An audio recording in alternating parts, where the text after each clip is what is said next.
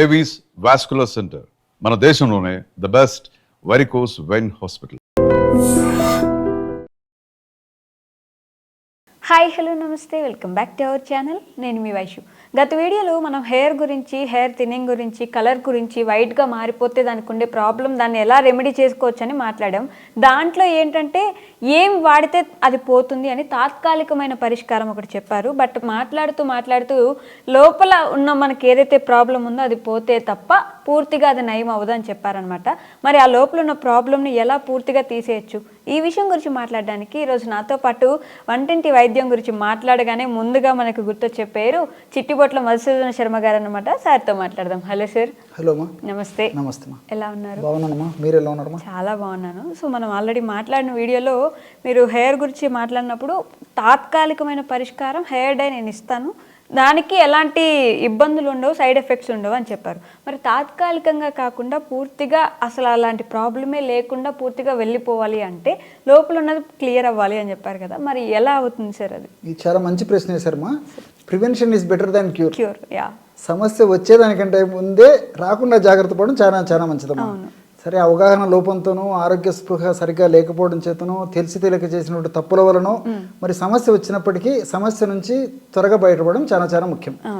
So మీరు అడిగినట్లు గత వీడియోలో ఈ వైట్ హెయిర్కి సంబంధించినటువంటి మంచి హెయిర్ డై గురించి చెప్పాను. అందరూ వాడుకోదగ్గ మంచి హెయిర్ డై మాది, ఈజీగా తయారు చేసుకోదగ్గదే చెప్పాము. సో ఇంటర్నల్ ప్రాబ్లం ఉన్నప్పుడే మరి చిన్న వయసులో ఈ యొక్క వెంట్రుకలు పెరుగుదలకు సంబంధించినటువంటి కానీ, లేకపోతే వెంట్రుకలు మరి తెల్లబడడం కానీ ఇలాంటివన్నీ జరుగుతుంటాయమ్మా. సర్వసాధారణంగా ఒక వయస్సు వచ్చిన తర్వాత వెంట్రుకలు క్రమక్రమంగా తగ్గిపోవడం కానీ, రాలిపోవడం కానీ, అనువంశికంగా నాబోటి వాళ్ళు ఉన్నట్లయితే బాల్డ్ హెడ్ రావడం కానీ జరుగుతుందమ్మా. నాకు అనువంశికం. సో పెద్దలకు ఈ పద్ధతి ఉండడం చేత జెనెటికల్ అనువంశికం ఉన్నప్పుడు దాన్ని మనం చేయదగింది ఏం లేదమ్మా.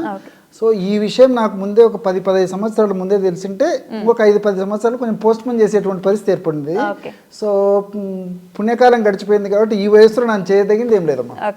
సో వీటి మీద అవగాహన వచ్చిన తర్వాత ఇట్లా తెలుసుకునేసరికి పుణ్యకాలం గడిచిపోయింది. సో కాబట్టి ఇప్పుడు దీనికోసం అని చెప్పేసి ఇప్పుడు నాబోటి వాళ్ళు ఎవరన్నా సౌందర్య ఆకాంక్ష ఉండి, సౌందర్య పిపాస ఉండి, మరి వయసున్నటువంటి వాళ్ళు కూడా తమ సౌందర్యం వినుడింపజేసేందుకు కావాలనుకుంటే ఇప్పుడు మనం చెప్పుకోబెట్టిన ఔషధం వాడుకోవచ్చు. ఇప్పుడు నేనైతే ఎలాంటి ఔషధం వాడలేదు, వాడబోను. ఇంతవరకు నాకు పరిస్థితి రాలేదు, వాటి మీద ఆకాంక్ష లేదమ్మా. సో మంచి మెడిసిన్ అయితే చెప్తాను. ఒకవేళ అలా ఏదంటే నేను ఏదో విగ్గు పెట్టుకోవడం కానీ, లేకపోతే మరి ఇంకోటి ఏదైనా పెట్టుకోవడం కానీ, ట్రాన్స్ప్లాంటేషన్ కానీ చేయించుకునే పరిస్థితి ఉంటుందమ్మా. నాకు వాటి మీద ఆకాంక్ష కూడా లేదు కాబట్టి ఎంతో మంది వాడి చక్కటి ఫలితాలు ఇచ్చినటువంటి ఫార్ములాని మళ్ళీ చెప్తున్నాను. మరి ఎవరికైనా సందేహం ఉన్నటువంటి వాడు గూగుల్ సెర్చ్లో చూస్తే ఈ యొక్క ఔషధ గుణాలు తెలిస్తే వాళ్ళకి కూడా కాన్ఫిడెన్స్ వస్తామా. కాబట్టి ఇలాంటి వాటి వల్ల నెగిటివ్ కామెంట్స్ ఏర్పడడం వల్ల మంచి వీడియోని చాలా మంది మిస్ అవుతారమ్మా. కాబట్టి మరి వేలాది రూపాయలు అయ్యేటువంటి మెడిసిన్ అయితే కాదు, చాలా త్వరగా ఈజీగా తయారు చేసుకోవచ్చు, అందరూ వాడుకోదగ్గ ఔషధము. ప్రయత్నం చేయడంలో తప్పులేదమ్మా. సో ఆ యొక్క ఫార్ములా చెప్తానమ్మా. కేవలం 4 పదార్థాలమ్మా. ఉసిరిక, బావంచాలు, స్వచ్ఛమైనటువంటి తేనె, స్వచ్ఛమైనటువంటి ఆవు నెయ్యి. ఆవు నెయ్యి, తేనె, ఉసిరిక, బావంచాలు, ఇంతేమ్మా. కేవలం ఈ 4 పదార్థాలు. ఎలా సార్ చెప్తానమ్మా. ఉసిరిక పొడి ఒక 200 గ్రాములు తీసుకోవాలమ్మా. 200 గ్రామ్స్. ఆమ్లా పౌడర్ అనేటువంటి పేరుతో మనకు మార్కెట్లో దొరుకుతుంది. సో లేదంటే మనం ఉసిరిక తయారు చేసుకోవచ్చు అమ్మా, ఈజీ.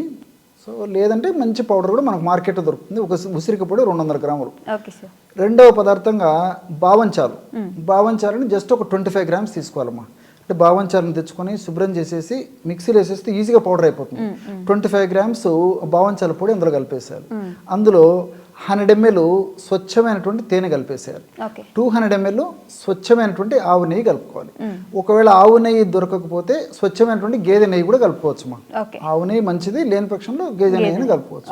ఈ 4 పదార్థాలు కలపడం వల్ల బ్రహ్మాండమైనటువంటి హెయిర్స్ను ప్రొటెక్ట్ చేసేటువంటి, వెంట్రుకల సౌందర్యాన్ని కాపాడేటువంటి, వెంట్రుకల పెరుగుదలకు చక్కగా ఉపయోగపడేటువంటి ఔషధం, ఒక తీయటి ఫామ్లో ఉండేటువంటి ఔషధం తయారైపోతుంది.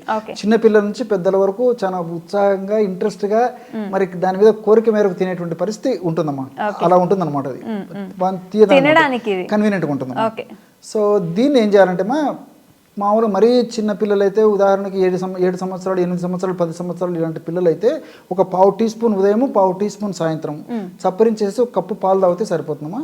10-15 సంవత్సరాలు దాటినటువంటి వాళ్ళందరూ కూడా ఇంచుమించు ½ టీ స్పూన్ వరకు మ్యాక్సిమం అమ్మా. ఉదయం పూట ఆహారం ముందు కానీ తర్వాత కానీ హాఫ్ అన్ అవర్ ముందు కానీ ఆహారం హాఫ్ అన్ అవర్ తర్వాత కానీ, అదేవిధంగా రాత్రి పూట కూడా హాఫ్ అన్ అవర్ ముందు కానీ హాఫ్ అన్ అవర్ తర్వాత కానీ, లేకపోతే రాత్రి పడుకుంటప్పుడు కానీ ఎప్పుడైనా పర్లేదమ్మా. ½ టీ స్పూన్ వరకు మ్యాక్సిమం చప్పరించేసేసి ఒక కప్పు గోరువెచ్చని పాలు తాగుతున్నారు. ఈ విధంగా క్రమం తప్పకుండా రోజు చేయడం వల్ల వెంట్రుకల పెరుగుదల ద్విగుణీకృతంగా ఉంటుంది.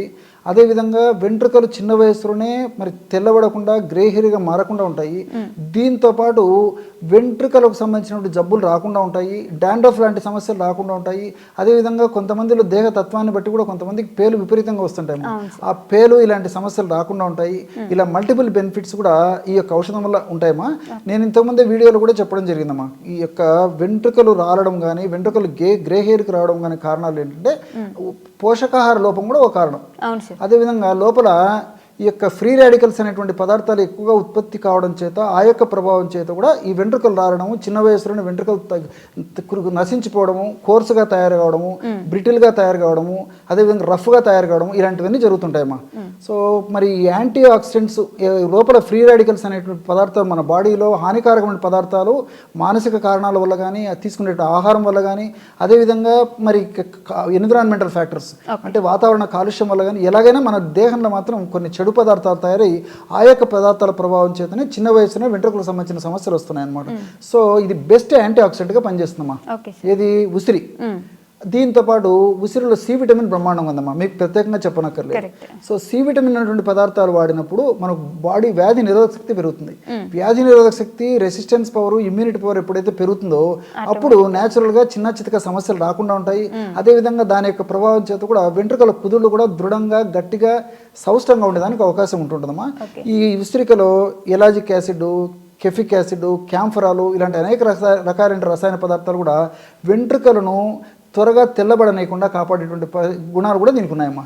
దీంతో పాటు భావంచాల్లో బాకుచినాలు అనేటువంటి రసాయన పదార్థము, బాకుచియాలు అనేటువంటి రసాయన పదార్థము, ఈ యొక్క రసాయన పదార్థాలు ఏంటంటే మెలనిన్ అనేటువంటి పిగ్మెంట్ను బాగా పెంచుతాయమ్మా. వెంట్రుక తయారైందంటే మెలనిన్ అనేటువంటి పిగ్మెంట్ ప్రభావం చేతనే వెంట్రుక నల్లగా ఉంటుందమ్మా. మెలనిన్ పిగ్మెంట్ తగ్గిపోతే వెంట్రుక తెల్లగా అయిపోతుంది, లేదా గోధుమ రంగులోకి వచ్చేస్తుంది, కలర్ మారుతుంది. సో మెలనిన్ అనేటువంటి పిగ్మెంట్ను పెంచేందుకు భావంచారు కూడా ఉపయోగపడుతుంది. భావంచారమ్మా చాలా సువాసన భరితంగా ఉంటాయమ్మా. హెయిర్ ఆయిల్స్ లో ఎక్కువగా వాడుతుంటారమ్మా, సున్ని పిండిలో వాడుతుంటారు, మనకు మార్కెట్ లో దొరుకుతాయి. చాలా సువాసన భరితంగా ఉంటాయమ్మా. కొన్ని చర్మ వ్యాధులు కూడా వాడుతుంటారు, రక్త శుద్ధిగా కూడా వాడుతుంటారమ్మా. అది భావంచాలు. అదేవిధంగా తేనెలో ఉన్నటువంటి అనేక రకాలైన పోషకాంశాలమ్మా. ఇందులో ఐరన్ ఉంది, తర్వాత కాల్షియం ఉంది, మెగ్నీషియం ఉంది, ఫాస్ఫరస్ ఉంది, చక్కటి మన దేహానికి ఉపయోగపడే అనేక రకాల మంచి మంచి షుగర్స్ ఉన్నాయి. ఇవన్నీ కూడా మరి పోషకభరితంగా ఉండి పోషకాహార లోపం వల్ల కలిగేటువంటి ఇలాంటి సమస్యలను తగ్గించేందుకు ఈ యొక్క తేనె చాలా చక్కగా ఉపయోగపడుతుంది. ఇంకొకటి ఏంటంటే ఈ మంచి తేనె వాడుకోవడం వల్ల మన జీర్ణ వ్యవస్థలో మన దేహానికి ఉపయోగపడేటువంటి మంచి బ్యాక్టీరియాను విపరీతంగా వృద్ధి చెందింపజేస్తుందమ్మా.